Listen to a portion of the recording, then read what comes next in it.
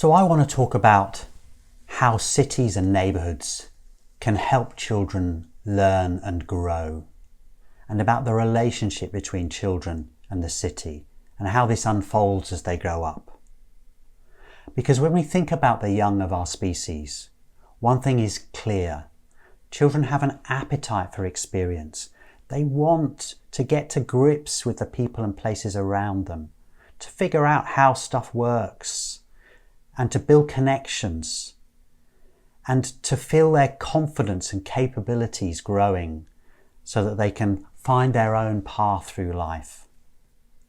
So a good neighbourhood, a good city, is a place that supports that journey, that gradually evolving independence and confidence and understanding from children as they grow up. So what does that mean in a bit more detail?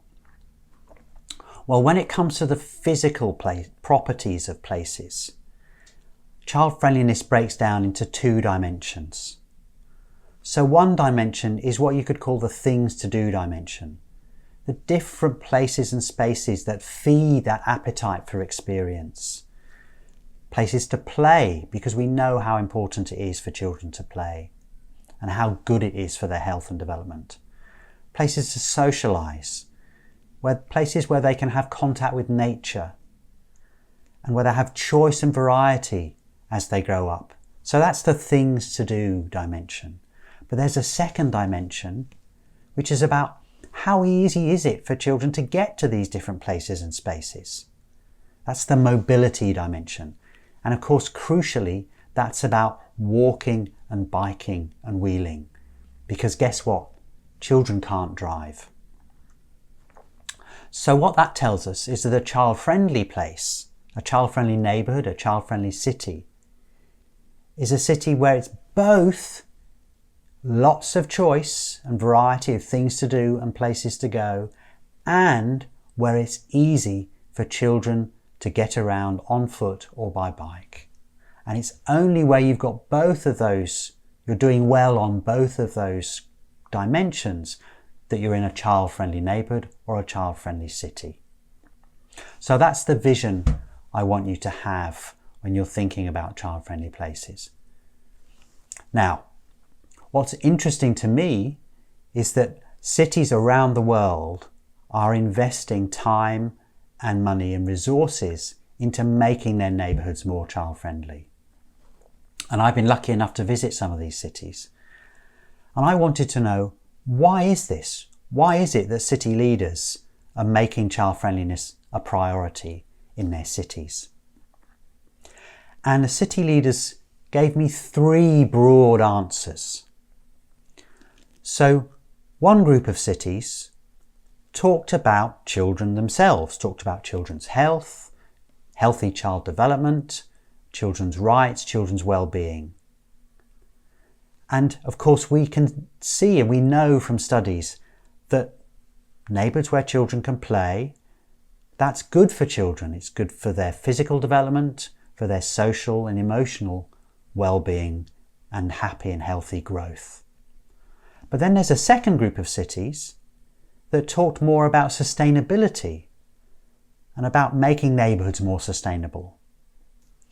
And what that tells us, well, what does a sustainable neighbourhood look like? Well, it's compact, it's green, it's easy to get around on foot or by bike. It looks a lot like a child-friendly neighbourhood. So we can join the dots between child-friendliness and sustainability and kind of make visible and build the case for improving neighbourhoods.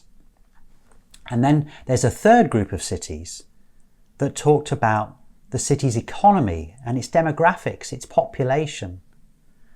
And what these cities grasped is this insight, that a city that cannot attract and retain families is a city whose long-term prospects are not great.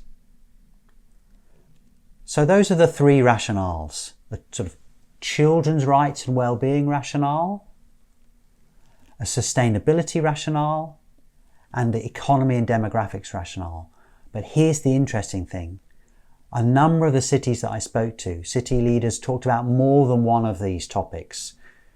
They said that, by supporting and improving child friendliness, they're also making cities more sustainable, and they're helping to make cities have a better long-term future.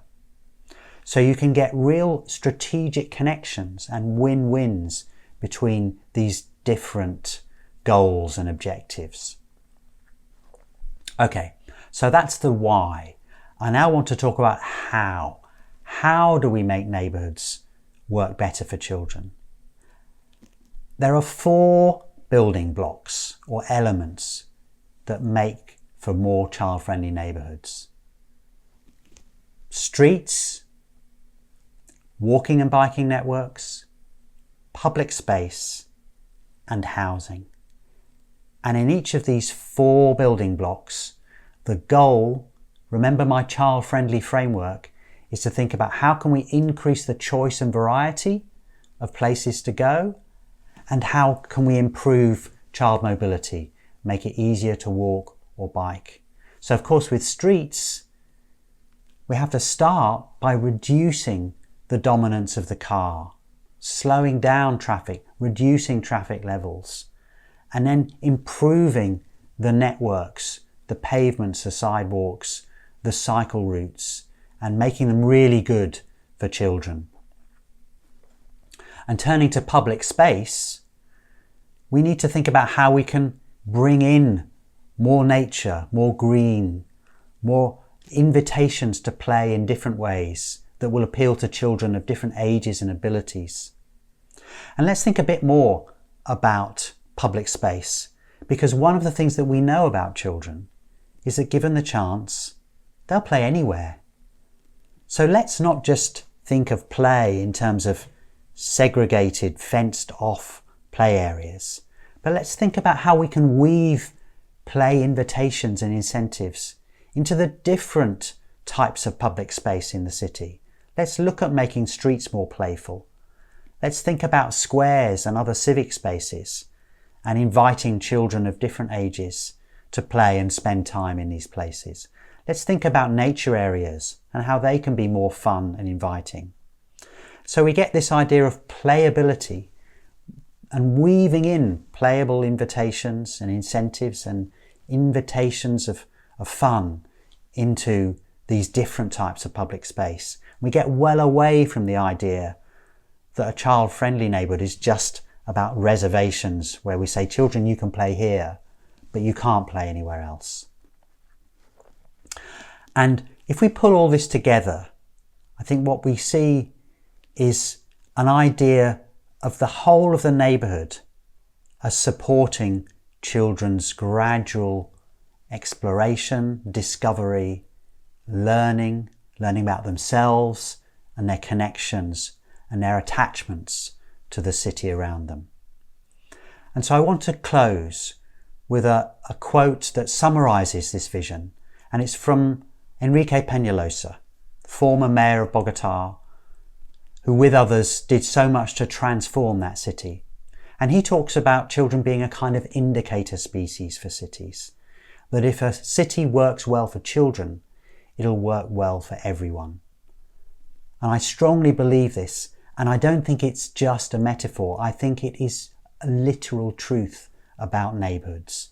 If you go to a neighbourhood and you see children of different ages, with and without their parents and caregivers, being active and visible in the public space, that's a sign of the health of that human habitat, in just the same way that if you see salmon swimming up a river, it's a sign of the health of that habitat.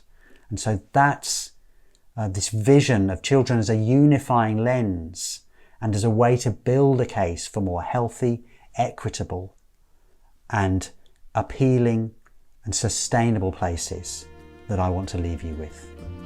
Thank you.